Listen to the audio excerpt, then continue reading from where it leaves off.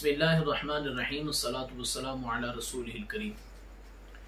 گرامی قدر سامعین، آج کی اس گفتگو میں عبد القادر شاہ کی جو گستاخیاں ہیں صحابہ کرام رضوان اللہ تعالی علیہم اجمعین اور ائمہ کرام کے بارے میں، ان میں سے چند آپ کی خدمت میں پیش کی جائیں گی، اور خاص طور پر یہ ویڈیو ان لوگوں کے لیے بھی ہے کہ جب شیر اہل سنت مناظر کبیر شاہکار جلالیت حضرت علامہ مولانا مفتی محمد عابد جلالی صاحب رحمت اللہ تعالی علیہ آپ نے مناظرہ حق جاریہ کیا تھا، تو بعض بھولے والے ہمارے سنی حضرات کہتے تھے کہ اختلاف تو صرف اتنا سا تھا کہ وہ حق سا بیار کہتا اور آپ حق جاریہ کہتے، اس پہ مناظرہ کرنے کی ضرورت کیا تھی؟ تو آج کی اس ویڈیو میں میں یہ بھی بیان کروں گا کہ اصل اختلاف گستاخی صحابہ کا تھا، جس کی وجہ سے حضرت مناظر کبیر رحمت اللہ تعالی علیہ نے عبد القادر شاہ کی پکڑ کی اور اس کو ذلت کا حوالہ بنا دیا۔ پہلے نمبر پر آپ سماعت فرمائیں عبد القادر شاہ کی زبانی کہ لمبے قد والا کہہ کر حضرت عمر رضی اللہ تعالی عنہ پر اس نے اعتراض کیا کہ نمبر بنانے کے لیے کئی لوگ آگے آگے تھے۔ اس کا مطلب یہ وہاں اور لوگ آگے آگے تھے، مگر یہ موت کا وقت تھا، اس لیے علی کے خون کی ضرورت پڑی، کوئی دوسرا لمبے قد والا یہاں کام نہ آ سکا۔ اسی طرح ایک اور بیان وہ بھی آپ سماعت فرما دیں۔ نظر سامنے آ رہا ہے، پوچھتے کہ کہاں ہے، کیوں نظر نہیں آ رہے تھے؟ نمبر بنانے کے لیے کئی لوگ آگے تھے۔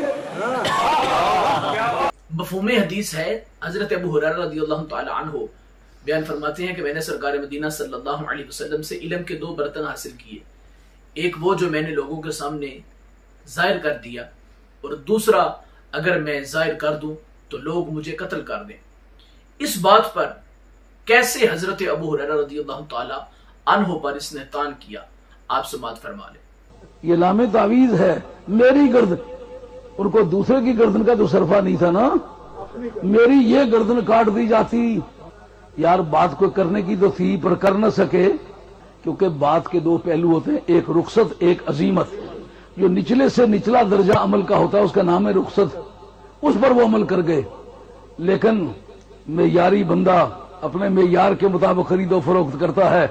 حضرت امیر معاویہ رضی اللہ تعالی عنہ کے بارے میں وہ مشہور اعتراض، جس کو کھلے رافضی ہوں یا نیم رافضی ہوں کلفی سمجھ کے کھاتے ہیں، ذرا اس کی زبان سے بھی سماعت فرمائیں۔ اس کا آغاز جو ممبر پر ہوا مولا کائنات کے خلاف میں آپ کی اولاد کے خلاف، یہ کب ہوا، کس نے؟ یہ حضرت امیر معاویہ رضی اللہ عنہ نے ابتداءً شروع کیا کہ جناب امیر معاویہ رضی اللہ تعالیٰ عنہ کا جو سلسلہ ہے تبرہ بازی کا، اس کا نام کوئی شرائط صلح طے کرنا نہیں ہے، نہ کوئی اصلاح کرنا، نہ اپنا موقف بیان کرنا ہے، بلکہ سن 40 میں آپ نے تبرہ شروع کیا جو لگاتار صدی کے خاتمے تک جاری رہا۔ حضرت ابو سفیان رضی اللہ تعالی عنہ آپ نے اسلام قبول کر لیا تھا، اور پرانی باتیں چھیڑ کر اور اپنی پھوٹواری زبان میں کتے کی مثال دے کر حضرت ابو سفیان رضی اللہ تعالی عنہ پر جو اس نے تان کیا، آپ وہ بھی سماعت فرما لیں۔ آپ کو یہ بھی بڑی حیرت ہوتی ہوگی کہ رہنے والی مکے کی ہیں، مدینے میں کیا تلاش کرتی پھرتی، کیونکہ جو احد کی جنگ تھی یہ تو مدینہ طیبہ میں ہوئی تھی، آرمی آئے تو آئے، یہ کس لیے آئی تھی؟ یہ ایک سیرت کا بڑا ایک تلخ باب ہے۔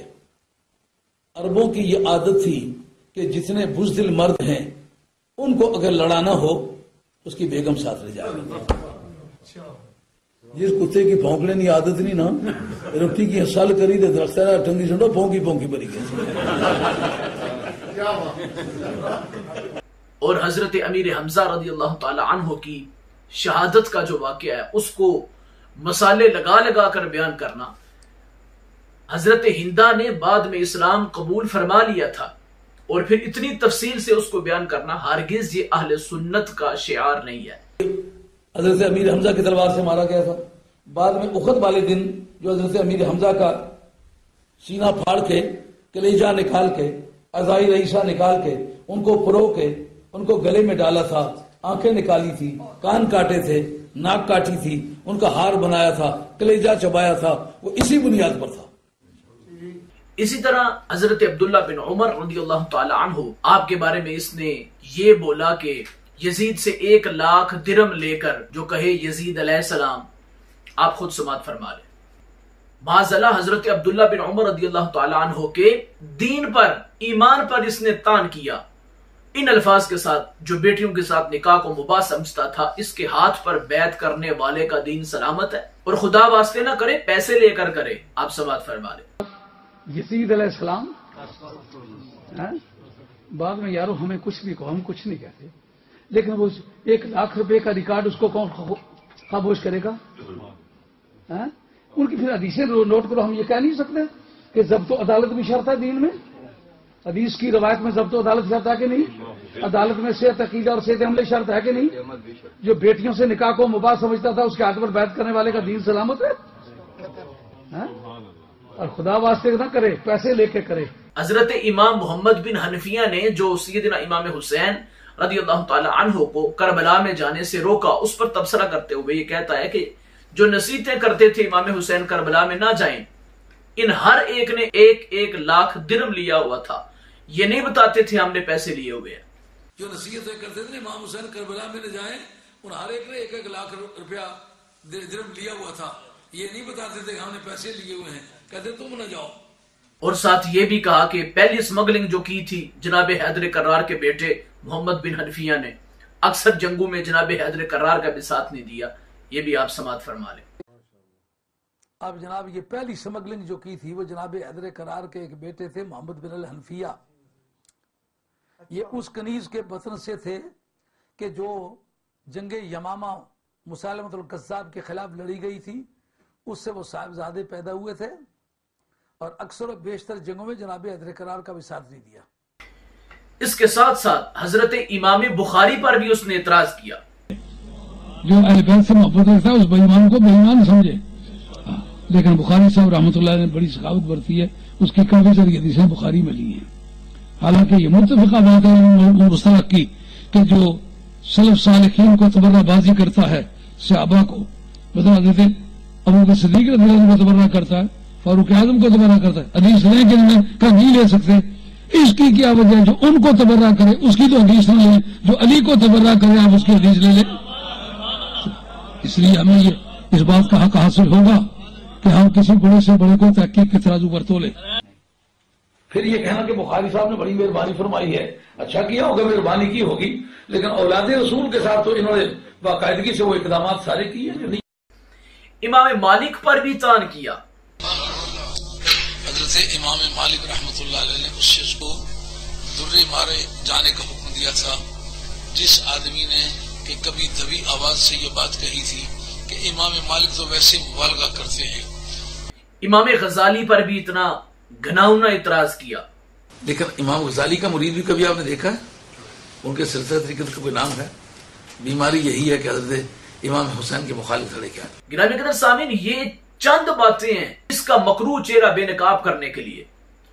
اتنا بڑا ائمہ دین اور صحابہ کرام کا گستاخ جب مبینہ طور پر گستاخیاں کر رہا تھا، اس وقت حضرت شیر اہل سنت رحمت اللہ تعالی علیہ آپ نے اس کا منہ بند کیا، اور ایسا منہ بند کیا کہ آج تک دوبارہ اسے یہ موضوع چلانے کی ہمت نہیں ہوئی، نہ کبھی نعرہ تحقیق حق چار یار کو روکنے کی ہمت ہوئی۔ اور جب شیر اہل سنت کا رگڑا لگا تو آپ سماعت فرمائیں کہ پھر اپنی زبان سے یہ کیا کہہ رہا ہے کہ اولاد ہے، اولاد رسول کی یہ ڈیوٹی ہے کہ حضرت ابوبکر صدیق کی عزت کی حفاظت کرے، حضرت عمر فاروق کی عزت کی حفاظت کرے، حضرت عثمان غنی کی عزت کی حفاظت کرے، مہاجرین کی عزت کی حفاظت کرے، انصار کی عزت کی حفاظت کرے، حتیٰ کہ کسی جگہ بھی کسی صحابی کا کوئی ذکر چلے اس کا اچھائی کے ساتھ ذکر کرے، اچھائی کے ساتھ اس کا خود بیان کرے اور اس کی خوبیوں کو منوائیں۔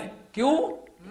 آدمی اپنی سنگت سے پہچانا جاتا ہے، جس کی سنگت گھٹیا نکلائے وہ خود بڑھیا نہیں ہوا کرتا۔ مدینے والے کے کمپینین اگر وہ گھٹیا نکلائیں تو سرکار کے اعلیٰ ہونے پر کیا دلیل ہوگی؟ سرکار کے اگر دوست سچے اور سچے نکلیں گے تو یہ سرکار کی سچائی اور سچائی کا ثبوت ہوگا۔ آگے بات سمجھے؟ اس لیے ہمارا یہ نعرہ ہے رکھ پیار نبی دیا یاراں دا، رکھ پیار نبی دیا یاراں دا، 1 لاکھ تے کئی ہزاراں دا، رکھ پیار نبی